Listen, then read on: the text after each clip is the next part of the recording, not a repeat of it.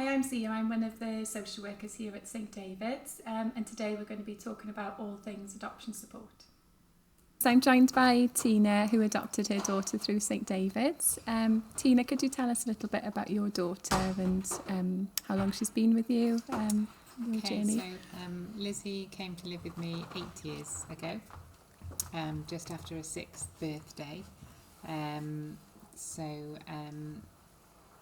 It was quite daunting and a bit scary, but really exciting. Loads to organise. Really tiring and whatever, but it was like a really good adventure. And when she was, I can remember lying in bed when she was like lying in her bed and going, God, this actually sort of happening. And so yeah, and then from then it was like getting to know each other and going out on adventures and things like that. So yeah. You remember what those kind of early days were like then, so that getting to know you stage? It was lovely. It was me sort of becoming a mum and sort of learning all the bits and pieces, just even learning about having a bath and things, and getting into the routine and finding out what she liked, what she didn't like eating, and starting to think about somebody else rather than yourself sort of all the time. And then it was just really exciting. We had a camper van, so we used to go out exploring. And so we go down to Ogmore and go off around the beaches around there. And we'd have picnics in the park, and just really sort of a bit like a relationship, just getting to know each other. And over the sort of period, and what each one of us sort of liked and sort of didn't like so much, and things. So yeah, it was lovely. I guess her being 6 as well, she kind of came with that personality and knew what she wanted or didn't want. Because obviously she wasn't a baby, so she could sort of you could do loads more sort of with her, and she was very active. And wanted to be here, there, and do loads. So she was very busy. And in terms of obviously she's been with you for 8 years now, kind of doing that time. Obviously she's kind of that bit older now. Oh, hello. Were you aware of kind of the support that was available to you from St David's kind of post-adoption, I guess, in your journey? Yeah, we've had quite a bit of support along the way. So it's been we had sort of periods of ups and downs and things, which would be expected, because she did have a lot of moves in her life. So there was quite a bit of trauma in there, and she was separated from her brothers, and so it was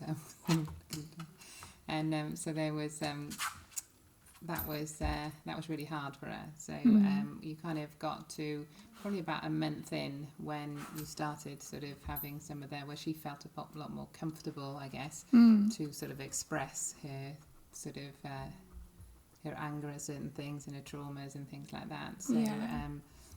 So there was always someone at the end of their phone that I could contact. So, and that sort of made it a lot easier, because sometimes you just needed to talk things through with somebody. So because it's all new. And as a single adopter, you haven't got somebody else sort of there to talk to. So although I had a couple of other adopters who'd adopted to chat to, and it was just sort of sometimes when some of the emotions were coming out and things like that, sort of going, is this okay? To be able to check in, I guess. What can I do? And there were courses that I got to go on, so you got to meet other adopters and to talk things through and things. So currently I still do a like online chat thing about once a month, where they cover different topics, and it's sort of, for me, it's sort of, you listen to people who are going through what I went through, like say 5 years ago. So it's good to sort of look back and see how far we've come. But I think for them also, it's good to see, things can improve. And get a lot better. So I guess when you're early on in that journey and maybe those difficult times, Yeah. not being able to see Yeah. the light at the end of the tunnel, I Yeah. guess. Mm, Yeah. And we went through the sort of COVID thing, so that was hard Mm. too. So because you couldn't do as much sort of with Yeah. support and things, and her to develop and be with friends and things like that. It was that was hard. Yeah. So I guess having kind of your social worker from St David's to be able to to do that checking in and just someone who understands, I guess, isn't it, about adoption. And they were always there. So even if it was like a weekend or something like that, you'd always touch base. Or I think once, maybe twice, I contacted their out of hours, and so there was always sort of someone. And then my, can I say your name, Anna? Yeah, can I say that? And then Anna would always sort of touch base with me, and we'd either meet up or we'd have a chat on the phone or whatever. So there was always somebody there. And if she wasn't there, then there was always somebody else that I could sort of talk to. So Yeah. yes.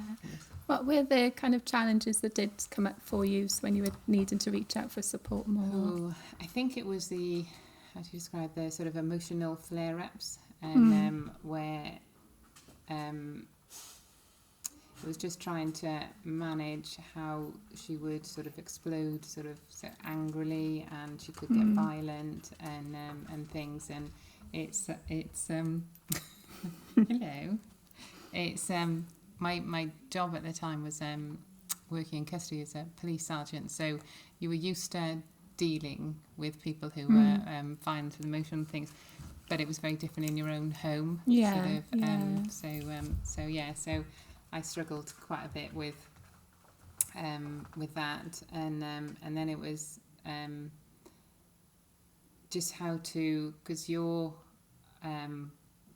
getting emotional with it, and it's talking through and working out sort of how to control your emotions too. So we did lots of courses on like PACE, and I chatted to some psychologists too, to sort of help sort of me to understand how she may be thinking and what methods sort of might help to go through it. But it was those sort of things. There would be in the morning going to school, and she'd get quite emotional sort of doing that, and certain things like what clothes and things she'd get quite on her hair, and it all sort of, when you spoke about it, it all sort of linked in with things that had happened sort of early in her life. So it was that. But I think the most was just the sort of how emotionally and angry she could get, and we used to get her to try and draw pictures. Okay. And the one was like this really angry, scary, horrible sort of woman and things like that. And it was just to do a little bit of therapy with her and things like that. But she manages now. She's 14, and she does do really well. You probably might. I think it's just normality now. You know, she's a teenager, so she has her outbursts and things like that. But we've kind of hopefully sort of come through it. So she feels sort of pretty okay now, but she feels okay to express it if she does sort of feel sort of so it has been very challenging. And sometimes I'll be there going to the school gates, and then I go, okay, time for a cup of coffee for me. We've got that far in the day. And then other days and it would sail away, but little triggers would come up. Like if she met up with her brothers, then that would be then okay, we've got. Sometimes it would be like a week, and of sort of up and down, and she'd settle back down again then after sort of seeing them. But I guess it brings back so much for her. And she was always, when she was younger, found it so unfair that her brothers were adopted separately to her. Okay. So she seems okay with it now. She sees them regularly and they get on sort of really well and things like that. So she's obviously sort of accepted has gone on and she's happy. So I guess she's been on a journey, hasn't she, by the sounds of journey. it? Yeah, and you and that. yeah. It is. So I think where you talked earlier about kind of you were used to, from your work of kind of dealing with people, who were maybe angry or kind of upset at that time was very different when it's your child, isn't it? And your emotions are there as well as hers. And you kind of want to have a bit of respite from it, and it's hard then when you're a single sort of mum. So then going, okay, where am I going to go? Yeah, be there for her, but where am I going to go to get sort of away from this sometimes? So when you're just like going, what do I do? Here? And I guess where support is so important, isn't it, in that journey of adoption too, at those times where you're needing that. Yeah, because you kind of go, am I doing something wrong? Am I not doing the pace properly? Or am I sort of because it doesn't seem to be working? Yeah.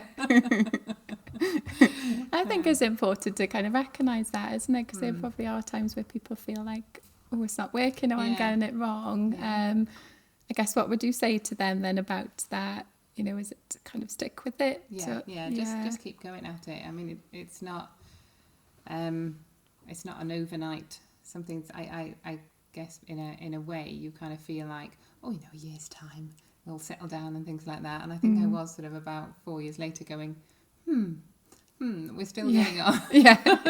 But sort of 7-8 years later, then you balance out that she came to me when she was 6, so it's going to take sort of a lot of time to sort of even everything sort of out and give her some stability in life. You can't just turn things round. So some of these practices are not instant. No, instant things. So you just got to keep sort of at them and things, and just keep sort of putting the happy memories in rather than sort of some of the older memories will sort of go away then. Yeah.